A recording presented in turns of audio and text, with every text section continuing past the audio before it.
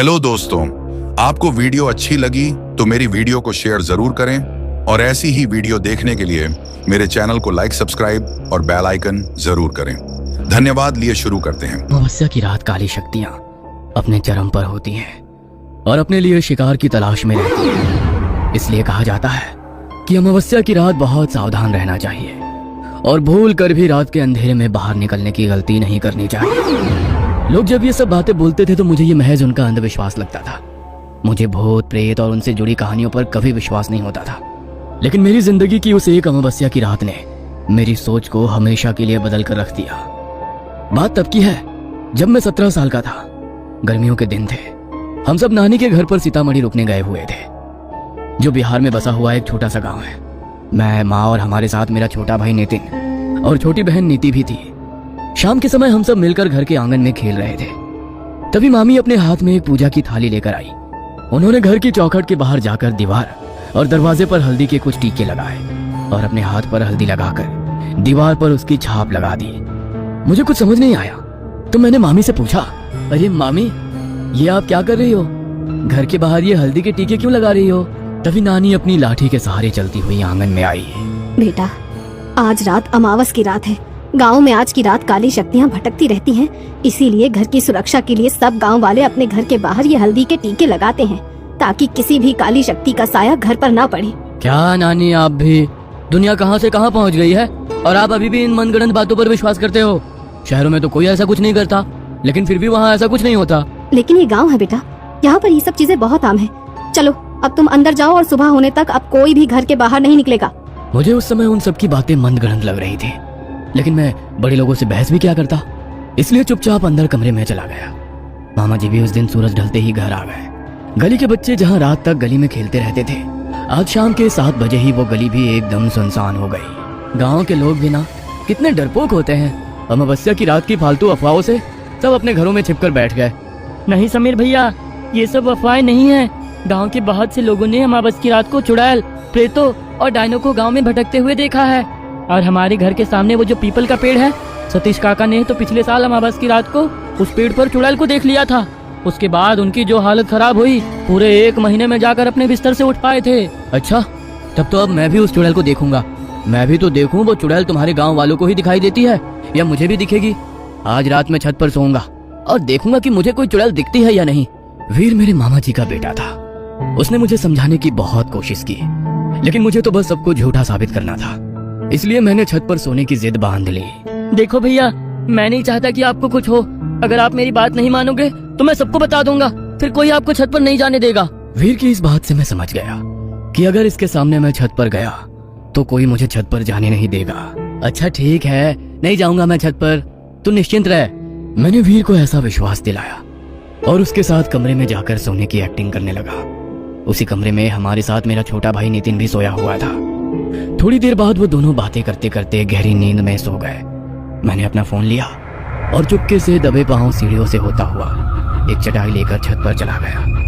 मैंने छत पर चटाई बिछाई और उस पर लेट गया। मेरा चेहरा गली की तरफ था। छत पर जो 4 दीवारें बनी हुई थी, उसमें बहुत सारे खाने बने हुए थे, जैसे अक्सर पहले के घरों में बने होते थे, जिससे बाहर का नजारा बिल्कुल साफ दिखाई देता था। रात अमावस्या की थी तो चांद की कोई रोशनी नहीं थी, लेकिन घर के सामने जो पीपल का पेड़ था, उसके नीचे बहुत सारे दिए जले हुए थे, जिन्हें गली मोहल्ले के लोगों ने ही जलाया था। मैं बहुत देर तक एकटक उसी पीपल के पेड़ की तरफ देखता रहा, लेकिन मुझे कुछ भी दिखाई नहीं दिया। तो मैं बोर होकर अपने फोन में गेम खेलने लगा। मुझे छत पर आए लगभग 1 घंटा बीत गया था। रात के लगभग 1:30 बज गए थे। मुझे हल्की हल्की ठंड लगनी शुरू हुई तो मैंने सोचा कि नीचे चला जाता हूँ। मैं चटाई से उठने ही वाला था कि तभी मुझे लगा कि मेरे पीछे से अभी अभी कोई चल कर गया है। मुझे लगा कि शायद नीचे किसी को मेरे छत पर होने का पता चल गया है और शायद मामा जी मुझे बुलाने के लिए छत पर आए हैं। मैं पीछे मुड़ा, लेकिन देखा कि छत पर तो कोई है ही नहीं।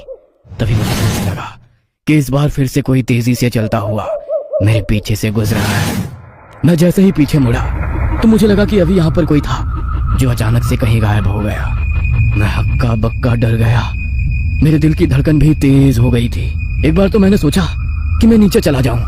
मेरी वहां से हिलने की भी हिम्मत नहीं हो रही थी, लेकिन फिर भी मैं हिम्मत करते हुए उठने के लिए मुड़ा। तभी मेरी नजर सामने की सीढ़ियों पर पड़ी। अंधेरे में कुछ साफ दिखाई तो नहीं दिया, लेकिन मैं जानता हूँ कि वहां पर कोई खड़ा था। वो कोई परिवार वाला नहीं था। अपने चेहरे पर हाथ रखकर वो अपनी हंसी दबाने की कोशिश कर रहा था, लेकिन उसकी हंसी की एक भयानक आवाज धीमी धीमी मेरे कानों में पड़ रही थी। उसे देखकर मेरे रोंगटे खड़े हो गए। मैं इस हद तक डर चुका था कि मुझे ऐसा लग रहा था जैसे मेरी मौत आज मेरे सामने खड़ी है। मैंने डर के मारे अपनी आंखें बंद कर ली और धीरे धीरे मेरे कानों में पड़ रही वो हंसी की आवाज भी शांत हो गई। मुझे लगा कि वो मेरा बहन था, इसलिए मैंने हिम्मत करते हुए अपनी आंखें खोली तो एक बेहद भयानक आदमी जिसका चेहरा बहुत ज्यादा डरावना था और उसके शरीर पर सिर्फ एक फटा हुआ कपड़ा लिपटा हुआ था। वो ऐसा लग रहा था मानो किसी ने कब्र से खोदकर किसी के मुर्दे को बाहर निकाला हो। वो बहुत तेजी से मेरी तरफ हवा की गति से दौड़ता हुआ आया और मेरे शरीर से आर पार हो गया। डर के मारे जो मेरा हाल था वो मैं बयां भी नहीं कर सकता। मैं समझ में नहीं पा रहा था कि मेरे साथ अभी अभी ये क्या हुआ कि तभी फिर से मुझे अपने पीछे से उसी की हंसी की आवाज सुनाई दी। मैं इतना डर चुका था कि अब फिर से पीछे की तरफ भी देखने की हिम्मत नहीं हो रही थी कि तभी वो आवाज धीरे धीरे तेज होने लगी, मानो वो बढ़ता हुआ मेरी तरफ ही आ रहा था। मैंने जरा सी गर्दन घुमाई तो वो बिल्कुल मेरे बगल में बैठा हुआ मुझे ही घूर रहा था। मैंने बहुत जोर से चिल्लाने की कोशिश की, लेकिन मेरी आवाज मेरे गले में ही दबकर रह गई। और छत की दीवार की तरफ भागता हुआ छत से नीचे कूद गया। इससे पहले कि मैं इस सदमे से उभर पाता तभी मुझे गली की तरफ से पायलों की आवाज सुनाई दी। मैंने मुड़कर गली की तरफ देखा तो मेरा ध्यान सीधे पीपल के पेड़ पर पड़ा।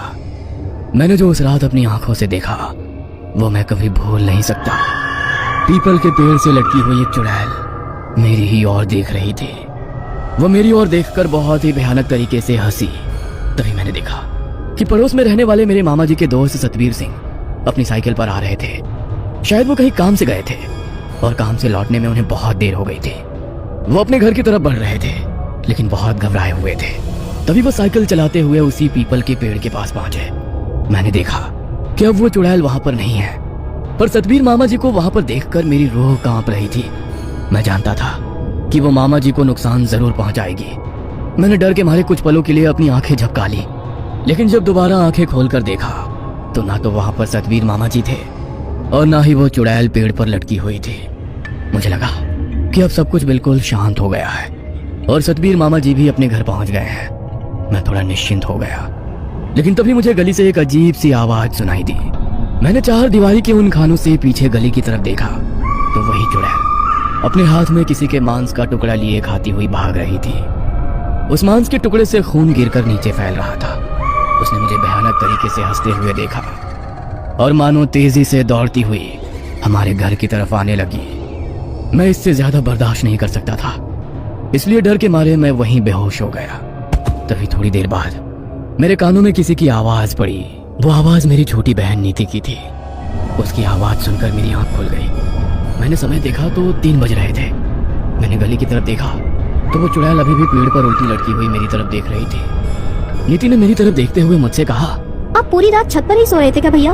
मुझे तो छत से बहुत अजीब अजीब आवाजें आ रही थी। मैं डरकर आपके कमरे में गई तो देखा आप वहाँ नहीं हो। मुझे लगा कि शायद आप छत पर होगे तो मैं ऊपर आ गई। अगर किसी को पता चल गया कि आप छत पर हो तो आपको बहुत डांट पड़ेगी। जल्दी से नीचे चलो। अब मुझे खुद से ज्यादा नीति की चिंता हो रही थी। मैं अपने लिए तो नीचे जाने की हिम्मत नहीं जुटा पा रहा था, लेकिन नीति को देखकर मेरे अंदर हिम्मत आ गई। मैंने उसका हाथ पकड़ा और उसे लेकर सीधा नीचे चला गया। नीचे जाकर देखा तो नानी जी अपने कमरे में भगवान के सामने जोत जलाकर पाठ कर रही थी। इसी बीच मेरा ध्यान गया कि नीति वहां नहीं है। मैंने नीति को ढूंढा लेकिन वो मुझे नहीं मिली। मैं बहुत बुरी तरह डर गया। मैं नीति को देखने के लिए जब अंदर कमरे में गया तो वो तो माँ के साथ गहरी नींद में सो रही थी। तो जो मुझे ऊपर बुलाने आई वो कौन थी?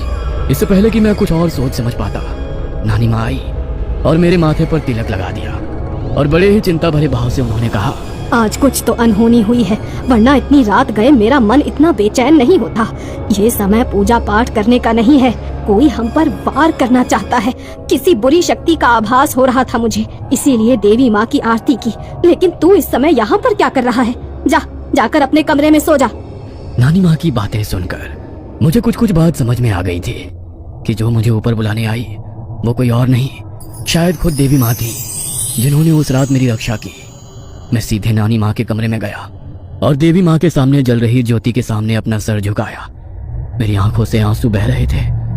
आज शायद मेरी जिंदगी की आखिरी रात थी, लेकिन भगवान ने मुझे बचा लिया। मैं बहुत डरा हुआ था। मैं सीधे अपने कमरे में गया और अपने छोटे भाई नितिन से लिपट कर सो गया। अगले दिन सुबह जब मेरी आंख खुली तो पड़ोस से लोगों के रोने की आवाज आ रही थी।